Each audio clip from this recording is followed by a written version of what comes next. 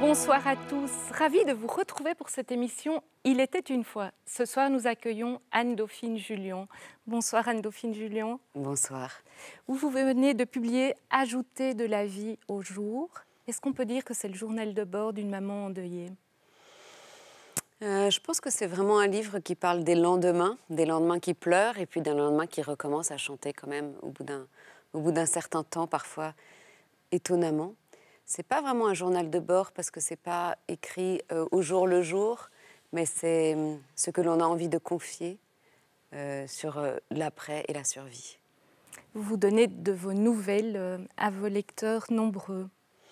Oui, alors c'était pas forcément pour les tenir au courant de ce qui se passait, mais c'était surtout pour partager avec eux plutôt quelque chose qui m'a paru assez étonnant, c'est qu'après la mort de mon fils Gaspard, qui est mort il y a 2 ans et demi, qui s'est suicidé il y a 2 ans et demi, quand on se dit je ne peux pas survivre à ça, et c'était plutôt ce chemin-là que j'avais envie de partager, que vraiment donner des nouvelles, et un chemin qui finalement peut être compris par beaucoup.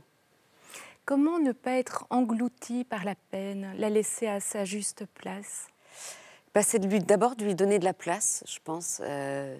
La peine, elle est incommensurable, elle est abyssale, donc c'est accepter qu'elle soit aussi grande que ça, et de ne pas essayer de la contenir. Moi, j'accueille ma peine, j'accueille, le mot est peut-être un peu trop tendre, mais j'accepte cette peine en tout cas, parce que de toute façon, je n'ai pas le choix. C'est évidemment tellement douloureux, mais je la vis en fait avec le plus de naturel possible. Et donc, je lui laisse de l'espace, je lui laisse la place pour s'exprimer. Je ne vais pas la cacher, la contenir, etc. Mais je ne lui donne pas non plus toute la place. Au fil du temps, vous êtes souvent devenue la confidente du malheur des autres. Comment expliquez-vous cela ? Vous savez, quand on parle de son malheur en soi, enfin de son malheur, quand on parle de la vie et de la difficulté de la vie, parce que ce n'est pas forcément que de ma vie dont je parle finalement, enfin, c'est de mon expérience de la vie, mais ça parle de la vie que nous partageons tous, dans ces difficultés, dans ces joies qui sont chacune singulières. Ça ouvre la possibilité à l'autre de dire parfois ce qu'il ne dit jamais, ce qu'il n'a jamais eu l'occasion de dire. Je suis quand même très étonnée de voir que quand moi je parle simplement, en tout cas, pas toujours avec joie, mais simplement de ce que j'ai pu vivre et de la peine, il y a beaucoup de gens qui me disent moi j'ai vécu tel drame quand j'étais petite et j'ai jamais pu en parler. Mais c'est parfois des drames qui ne sont pas des choses que l'on tait parce que c'est tabou. C'est peut-être la mort d'un grand-parent. Je me rappelle de cette femme, sa grand-mère était morte quand la jeune fille avait 13 ans, et cette femme est venue me voir quand elle en avait 60, elle me dit « Je n'ai pas été consolée, on ne m'a pas laissé vivre ma peine ». Donc ce sont des cœurs à cœur que vous vivez finalement avec ces gens qui sont parfois des inconnus rencontrés dans un train. Et absolument, c'est des cœurs à cœur, c'est une rencontre qui se fait à l'essentiel, en partageant soi-même ce que l'on est au fond finalement. On peut se dire que c'est indiscret, impudique, que ça ne regarde pas l'autre. Et en fait, c'est là-dedans qu'on se rejoint, dans notre humanité commune finalement. Donc, et ce n'est pas des gens qui vont être des amis pour la vie ou quoi que ce soit, mais c'est des gens qui nous rassurent sur l'être humain et la nature humaine. Dans ce livre « Ajouter de la vie au jour », vous évoquez votre frère adoptif. Je pense que c'est la première fois que vous le faites. Et vous dites que toutes les blessures ne peuvent pas être secourues avec du mercurochrome. Hein. Ce serait trop facile. Oui, mon frère, mes parents l'ont adopté. Il est arrivé dans notre famille. Et moi, j'avais presque 8 ans. Lui en avait 4. Et je savais que ces 4 années de vie à l'orphelinat en Alsace, en France, ça avait été compliqué. Évidemment, 4 ans sans parents, 4 ans sans famille, 4 ans sans amour. Mais nos parents nous avaient un peu avertis, sans non plus trop rentrer dans les détails là-dessus.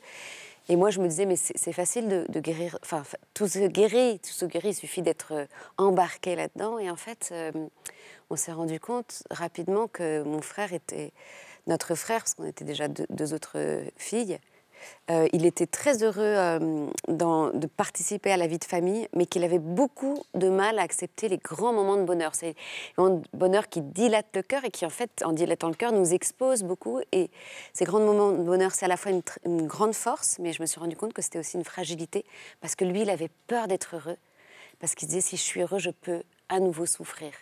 Et ça a été tout un long apprentissage pour lui à accepter d'être heureux. Anne-Dauphine Julian, comment ne pas être paralysée par la fragilité de la vie? En se disant que c'est normal qu'elle soit fragile. Rien ne nous garantit que la vie n'est pas... C'est pas une, je pense qu'on se fait beaucoup d'images sur la vie. On lui colle beaucoup d'adjectifs qui ne sont pas la réalité de la vie. Moi, je ne la qualifie pas, la vie. Pour moi, la vie, c'est... Et c'est tout. C'est quelque chose d'assez mystérieux que je ne vais pas tellement interroger. Elle est éminemment fragile et à la fois... elle est d'une force inouïe aussi, enfin, on le voit. Et elle est fragile parce qu'on voit qu'il suffit d'un pas... on avance sur la route, on fait un pas et on tombe, on se casse la cheville ou c'est un accident qui est plus embêtant.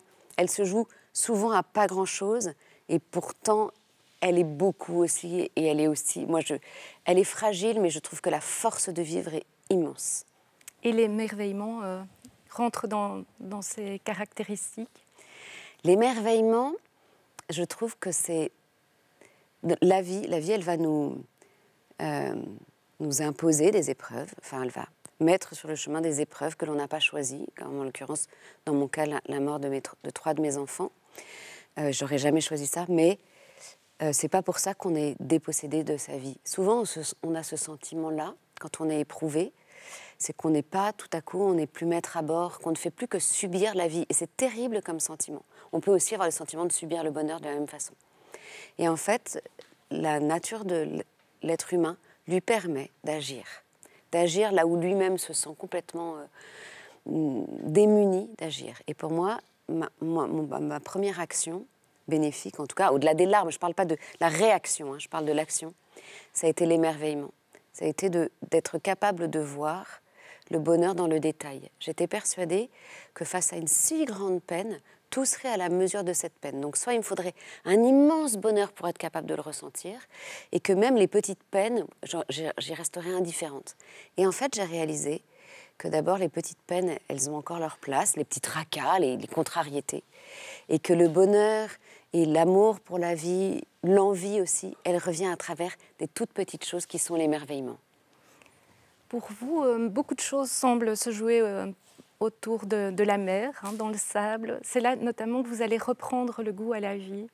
Oui, c'est impressionnant, mais je ne suis pas du tout la seule à le dire et surtout à l'avoir expérimenté plus que de le dire. Chacun le fait dans son fort intérieur face à l'épreuve, ce besoin de se reconnecter à quelque chose d'immense, quelque chose de plus grand que nous, quelque chose qui est un peu immuable, si vous voulez. Donc c'est souvent la nature. Il y en a qui vont marcher dans la montagne, il y en a qui vont se promener dans la campagne. Et moi, j'ai la chance d'avoir la possibilité d'aller au bord de la mer. Et c'est l'immensité de la mer, c'est ces vagues qui à la fois vont... Je me rappelle être restée près d'un rocher en disant le rocher était usé de toutes ces vagues qui le léchaient ou qui le tourmentait depuis des années. C'était un jour où la mer était très déchaînée et pourtant le rocher résistait. Et je me suis dit, je peux être aussi ce rocher qui bien sûr est patiné par la mer, mais qui est debout aussi. Trouvez-vous aussi un souffle dans la foi? Je trouve que c'est pas vraiment un souffle, ce serait plutôt... c'est pas un bâton non plus, c'est pas une béquille. Ma foi, que j'ai pas...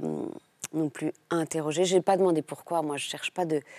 Je comprends que je comprendrai jamais ce qui s'est passé et que c'est quelque chose qui me dépasse et que si je cherche à comprendre... Alors, il y a des raisons objectives que je connais, mais le pourquoi, le sens, en tout cas, ce qui interroge, je ne l'aurai jamais. Je ne l'ai pas interrogé non plus dans ma foi.